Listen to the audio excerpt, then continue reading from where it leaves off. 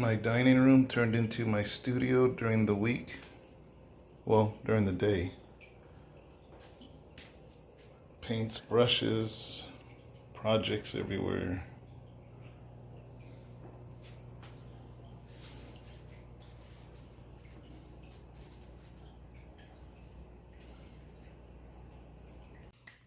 Five, four, three, two, one. Good morning. Morning. You haven't done that in a long time. Who loves Jesus? This guy.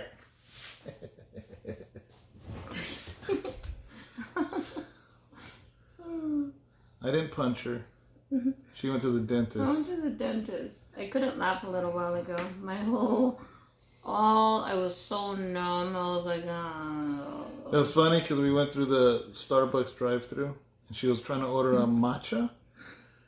And the lady goes, "Oh, you want a mocha?" She goes, "No, I want a matcha." A mocha? And I couldn't even help. I just started cracking up. She's like, "A matcha, a matcha."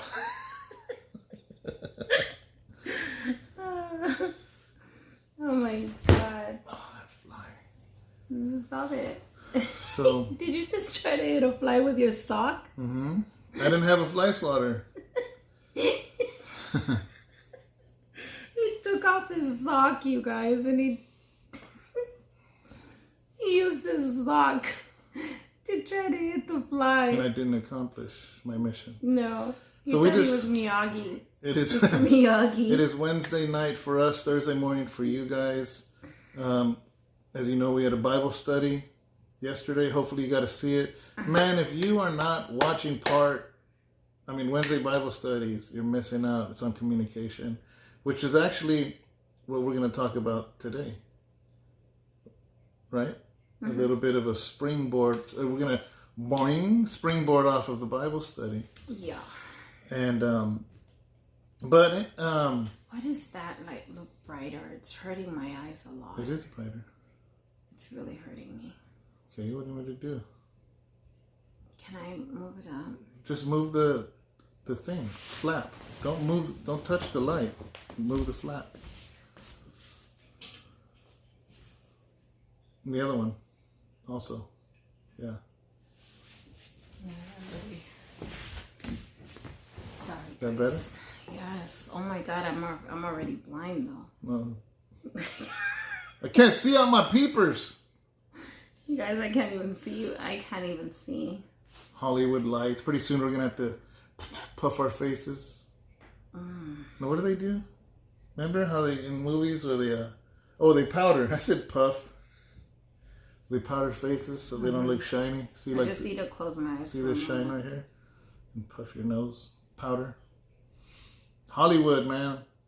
So. Yeah, but it was a really good Bible study. It was a blessing. It really was. We had some new people. Stop in. Yeah. Brother Ivan showed up from San Francisco. Who's Ivan Rodriguez, huh? I don't know. I think it's Ivan. I'm trying to remember names. So he watches Facebook. He watches us on YouTube. He doesn't have a vehicle. It took him 3 hours through bus to get to our Bible study today. That's like so encouraging, man. Yeah. That just. So he did get a room. So we're gonna meet him tomorrow, and he was hoping because he said he left at 8 o'clock from San Francisco, got to Modesto at 11, and then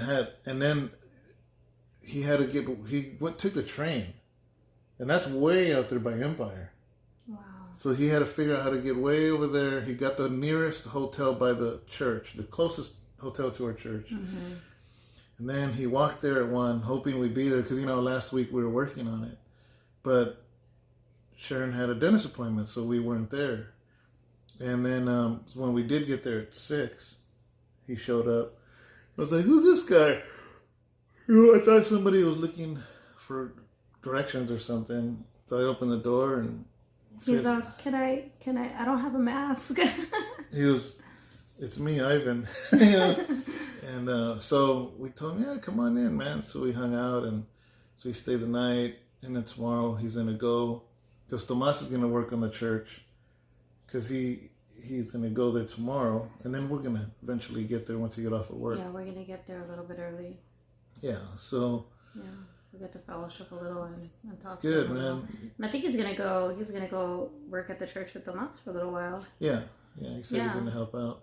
Yeah. So, other than that, we're gonna get into our subject, guys. It's not really a Bible verse; it's a subject.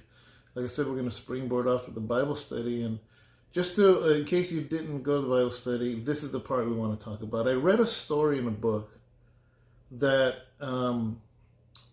was about two parents that had an adult daughter that had a great career, went to church. She didn't have vices or bad habits or nothing, but she moved away. And in the story, the couple were frustrated because at first the daughter would call once a month, and then she wouldn't call at all. She wouldn't answer their calls, hardly answer their calls. And, you know, they were trying to figure out and why she would never call them, why she wouldn't check up on them, why she wouldn't do this, why she wouldn't do that. And they couldn't figure out why. The more they tried, the least she answered the phone or even called. And finally, they went to a class, and it was about communication. And they said, write down the things you say to her. And it wasn't until then that the light didn't turn on. They realized everything they said to her was critiquing her about why she doesn't call, why she doesn't check up, why this, why that. And then the teacher asked them, do you realize why she don't answer now? And they're like, yeah, all we do is critique her. And they never realized it till they saw it on paper. And that's kind of what the direction we wanted to go. I wanted to say that story to set the stage on why that happens, how can that happen, can that happen, and how do you fix it? Yeah, I think because a lot of the times we don't realize the things that we're doing until we step back and we see it from a whole different point. And you know, sometimes we do need to step back. We really do. Yeah, I had something similar happen to me like that. I was talking to my brother Angel about a month ago, and one of my sons lives with him, and I was frustrated because he doesn't call me, and my son does good. He doesn't go out, he doesn't party, he just works, constantly working. What old is he? 19? Mm-hmm. Yeah. Good kid, you know, but... And he used to be very, very close to you, very... Yeah. He's the one that lived with me before I met you. Well, even when I met. When we met. My other kids were with their mother, but he was with me for like 2.5 years, I think. Almost going on 3. So I was talking to my brother because my brother lives with him. And my brother was like... Your brother lives with him, or he lives with He lives with my brother.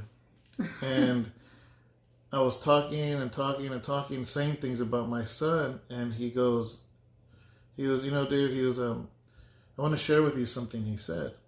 He goes, and I realized because you just did it, exactly what he said. And I'm like, well, I just totally forgot about this. He goes, he says that he doesn't know how to talk to you because you talk to him like he's still a baby, like he's still a child, you know? And he goes, and I told him, you got to give your dad a break. Like your dad went away for a lot of years when you were little, you know, because he was 2 and I went away for 6 years. He goes, you got to give him some room there, you know? And he's like, well, I'm not a baby though, you know? And in that conversation, my brother says, this whole time you were talking about him, you talked as if he was a baby. And I'm like, well, he's my baby. He goes, well, that's fine. I mean, all of our kids, those are our babies. He goes, but if that's what he doesn't like, and that's how you talk to him, maybe he doesn't like that. And I totally forgot about that conversation until today's study. But here's another thing. I think that there was another point where he said something else, and he kind of had to tell him, well, you got to decide, are you yeah. So there's that part that you're leaving out too, though. Yeah. Well, it doesn't pertain to this, but that's a good point, though. Yeah. What's that? That part. Yeah, I don't remember exactly.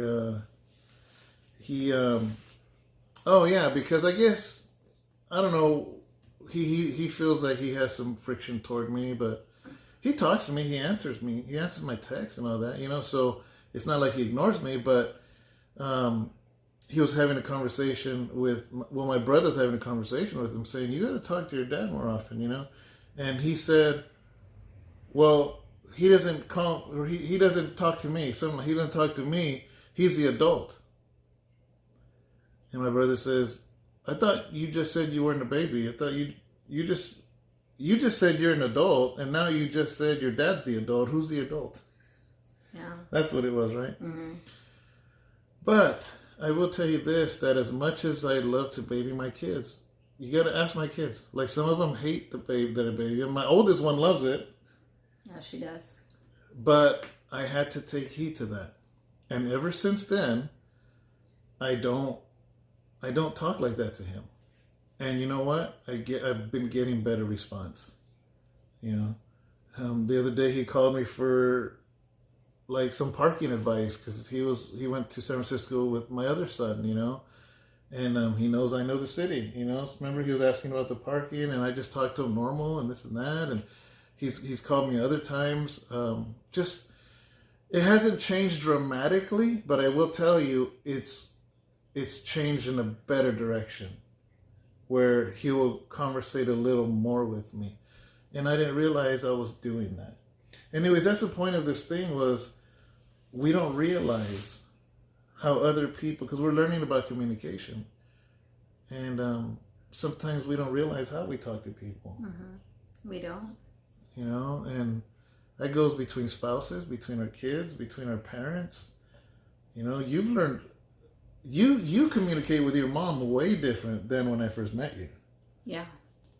A lot different. There's been a lot of growth. What shifted? What happened? I think there's been a lot of growth. I realized that I'm not going to be able to change. You're not going to be able to change somebody that has been in their ways for so long. So you gotta really, really learn who they are and take the time to really, because of course I know my mom. Of course I know her. She's my mom. But the thing is did I really take the time to know my mom as who she is now, as to who I am now, and I don't think that I really ever did take the time to get to know her as to who I am and as to who she is now in life. Yeah. So getting to know her in a whole different level was something that I needed to do. And I don't think that I ever knew her in Christ the way that I know her now. And I thought, okay, I am a changed person, and I want to get to know her in Christ now. I want to see her with my spiritual eyes now. And now, being able to see her with my spiritual eyes, I can be more understanding. I can love her a whole different way. Yeah. And by doing that now, I can now speak life into her, because she's going to be blind to certain things. And now things are just completely, the communication is going to be different now.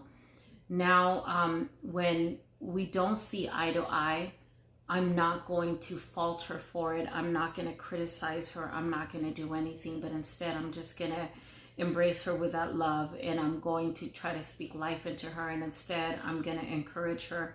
And I find myself a lot of the times just hearing her and listening to her and taking the time to listen to her. And I will say, listen, Mom, maybe you can try something this way. Yeah. Or maybe you can do Mom, don't do this way. Maybe maybe you just got to sit and listen the way that I would listen to her, because I see that it's worked for me, and I think that it'll work for her, because I've learned it now this way, because I see that it's worked for me, that I'm hoping that it'll work for her, and it can be something new that she can learn in her life. So I've also seen that it's worked like that for my kids now.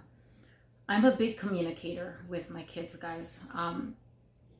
That's one thing that even with my older kids, I used to be a guilt parent, where because I had went through so much in my life, I had went through, you guys know that for a lot of you that have been following me and have followed us, that I had gone through a lot of abuse in my life, and I had gone through things in my life that I feel that because I had been through that in my life, I had put my kids, and I had dragged my kids through that with me. And it's almost like I felt that I had put my kids through that with me, that I felt that I always had to make it up for my kids. I always thought that, man, I put my kids through it, that I always had to give them what they wanted, and it was almost like that guilt, I had to love them out of guilt, and I didn't want to live like that, guys, because it almost felt like my kids would take advantage of that. Yeah. And I became an enabler because of that. And I came to a point in my life where it just became too much, and I lost that communication with my kids because of that. And I had to snap out of that at one point, and I had to step up to the plate and break that and break that cycle, and start communicating with my kids different, and finally stand up and say, like, you know what, I'm not going to allow that anymore. I'm going to start communicating with my kids differently, and start leaving that life of guilt behind me, and step up to the plate and take responsibility for my actions, for what did happen. I'm going to start healing from it, and let that healing process take place, so that way I can start learning to communicate with my kids the way I needed to communicate with them from the beginning, and start taking action for my life and their life, and build from there. And that's exactly what happened. And so now I've seen that we've built a good communication, we've built a relationship, and I love the way that my kids communicate with me. I even see that with Abraham now. Like Abraham, he comes home from work and he'll sit there and he'll talk our ears off, but I listen. And I've learned that listening is a good thing. And I think that I want to continue that for the rest of our lives. Yeah.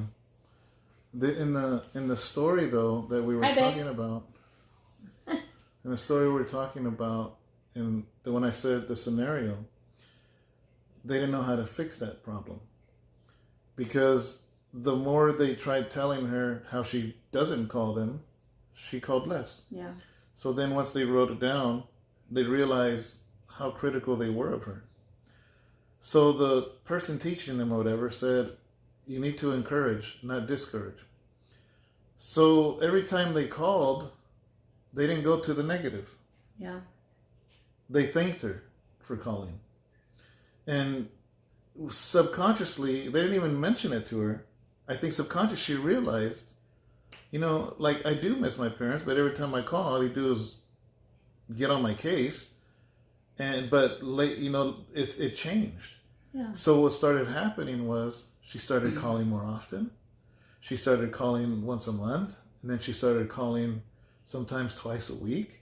And sometimes just if she had a good day at work, or something exciting happened, she would call a quick, so they got what they wanted, but they had to take away the critique, and that happens all the time, I know I'm wired like that, is that if I feel critiqued, I'm not going to do it.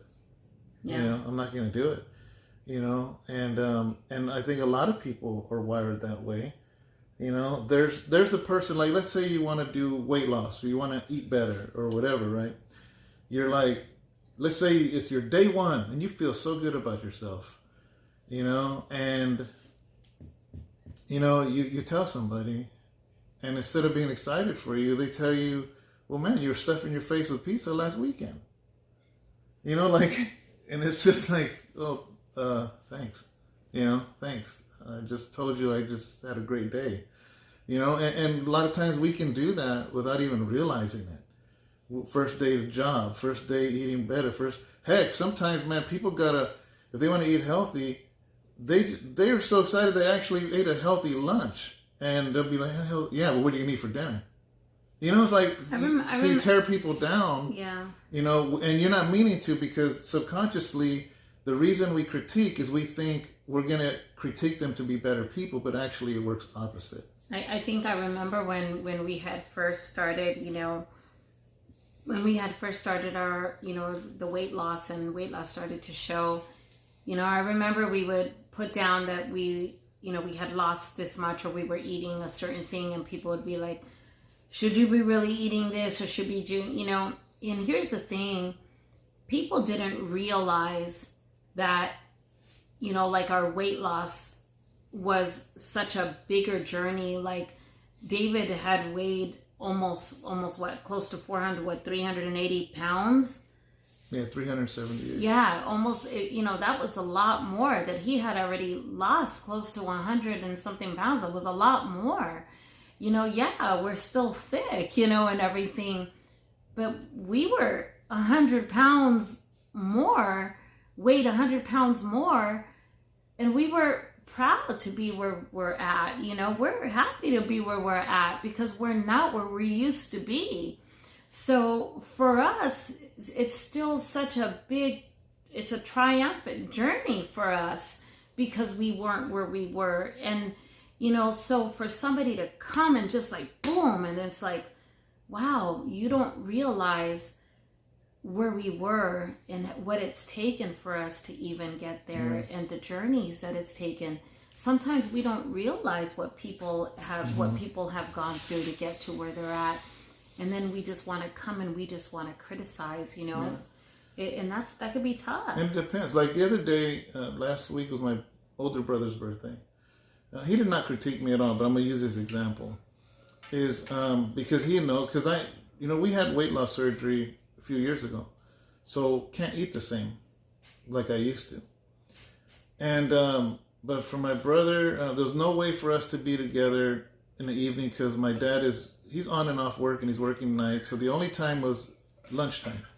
So we met at my parents', and my older brother was there, his birthday. So I got served 3 enchiladas. So that's what my brother wanted. And he goes, you can eat all those 3? I said, over an hour? Because he had an hour lunch. I said, I'm going to babysit him, but man, these are good. I'm going to eat them. And later on, I guess he had mentioned to my mom, like, man, I didn't know he could eat 3. He's eating more than before. Because at first, remember surgery, like you get full of an egg, And he didn't critique, he was just wondering, he didn't know. But I could have taken it like that. Imagine if he would have critiqued, though. Imagine he would have been like, man, you're going to eat all those 3? And I would have been like, before surgery, I would have ate 7. I would have ate 7, 8. You would have ate 10. Yeah, plus rice, plus this, plus that, you know what I mean? And I'm not saying he critiqued me, but it could have went that way. Yeah. So anytime you for some reason, instead of encouraging, we critique instead. And sometimes we don't even mean it. We don't mean it, And I know there's times I don't mean to critique you or the other way. The other day I painted all morning, and you didn't realize until I said something, remember? And I know you didn't mean it, but I had spent literally 4 hours on the painting, and it's your painting, so of course you're going to be critical of it. She came home, and I'm like, hey, look. And she goes, well, that's too small, and that's this. Like, everything I worked on, she said something negative about, and I held it. And here's the thing, though, because if you heard one of our sermons, when you hold it, you basically are putting one brick at a time, until there's a wall here. Well, the worst part, he says it in front of his mom.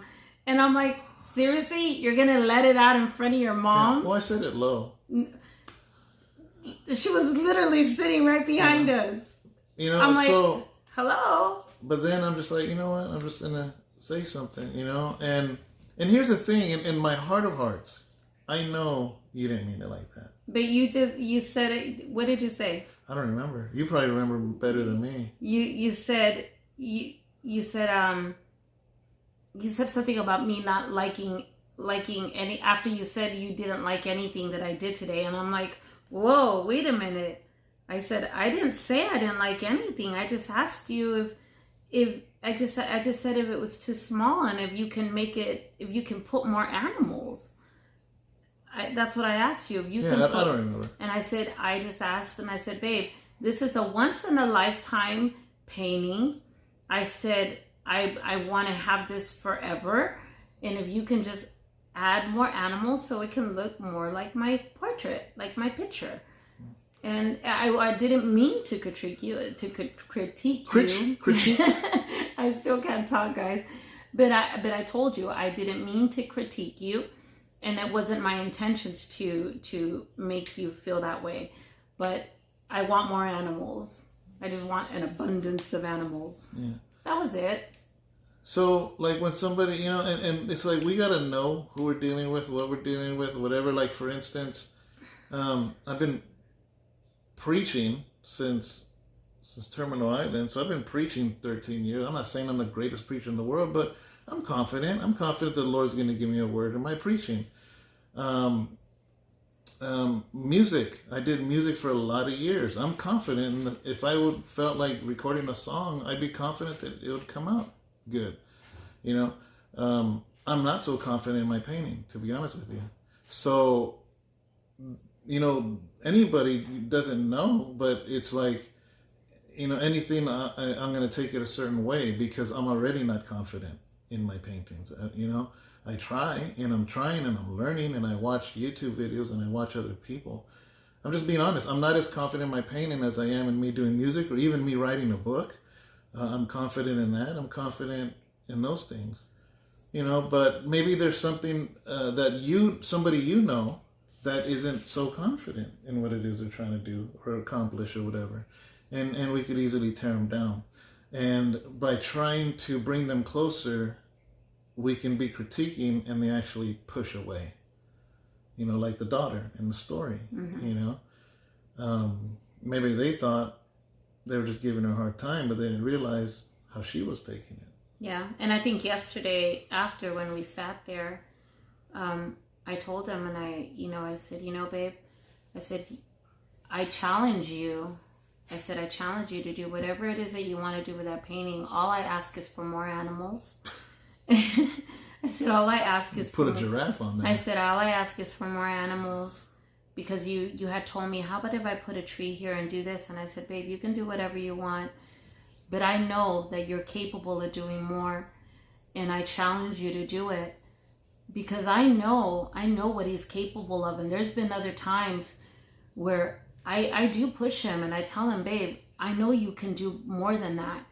And I know you can do better than that because I know what he's capable of. And trust me, when I tell him that, I see more come out of him. And my gosh, he does amazing because I see him push himself even more.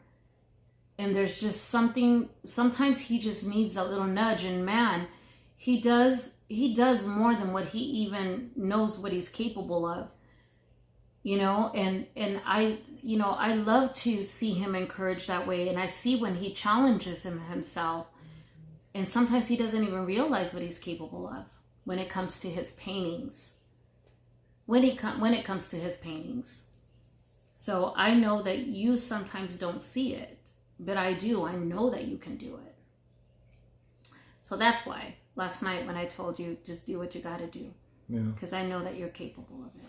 So, guys, I guess ultimately what we're talking about is recognize if you're critiquing and discouraging and wondering why you're not getting back what you're expecting, and maybe because you don't realize it. Yeah. You know, overcritical. You can have You can come home and your wife cleans the whole house except the sink. And you don't even notice the house is clean. All you notice is a dirty sink. You know, or vice versa, or whatever a husband expects. You know, a lot of times, all we see is a negative. And I like the one question that I asked. I said, when you walk into a room, is the first thing you look for is the bad? You know, like, is that what it is? You know, when you walk somewhere, the first thing you notice is the bad. All you notice is the bad. Because if that's what it is, then that's the part of the renewing of your mind. You got to fix that, because if not, that doesn't make you feel good, and it's not going to make the person feel good. You know, and we have to be careful with that. You know, so. You know, one thing that just before we finish, one thing that comes to my mind that you've taught me is to always stop and think twice about what you're going to say, and just think before you say it. Yeah. You know, and I've always kind of been very, very like, how come you're not saying anything? And how come you're not, you know? And I realized with this man that a lot of the times he doesn't respond right away because he's thinking, he's processing what he's going to say, because he doesn't just want to say something without it having to mean something or to really think about what he's going to say. And that's one thing that it's taken me a little while to learn, which is really, really good. It's important, you know, and I'm learning that even with my children, and I'm learning that, you know, like Abraham's down here right now. I just seen him back here. You know, I haven't seen my son all day, but I look forward to seeing him, like, even throughout the end of the day, because I know that I'm going to get a moment with him and just hear how his day went. I look forward to that now. I'm eager to hear, like, hey, Mijo, how did your day go? And he always has something to tell me about how his day went, and I listen. And it's important. I'm starting to realize that there's so many important things that sometimes we're just too quick to turn our heads to. And it's important that we stop and we listen. And that's one thing that I have learned, because my life has always been so quick. I'm always on the go. And sometimes we're just too quick to always be busy, that we don't stop and listen. And that's one thing that I have learned. And you have taught me to just stop and listen. And before we say something, that we think twice about it, you know? Mm-hmm. And I think that that's very, very important, guys. We got to stop being in a rush. We have to stop being in a rush. And you know, it's taken me a little while to learn that. Mm. Yeah. Well, guys. All right, guys. Hopefully you're having a good morning. Hopefully the coffee was good. Yes. We will see you tomorrow. Yep. Bye, guys. We love you guys. Oh, and smash that like button. Don't forget, if you like this video, hit the like button. Did you notice I drank without dropping anything? No. What do you mean?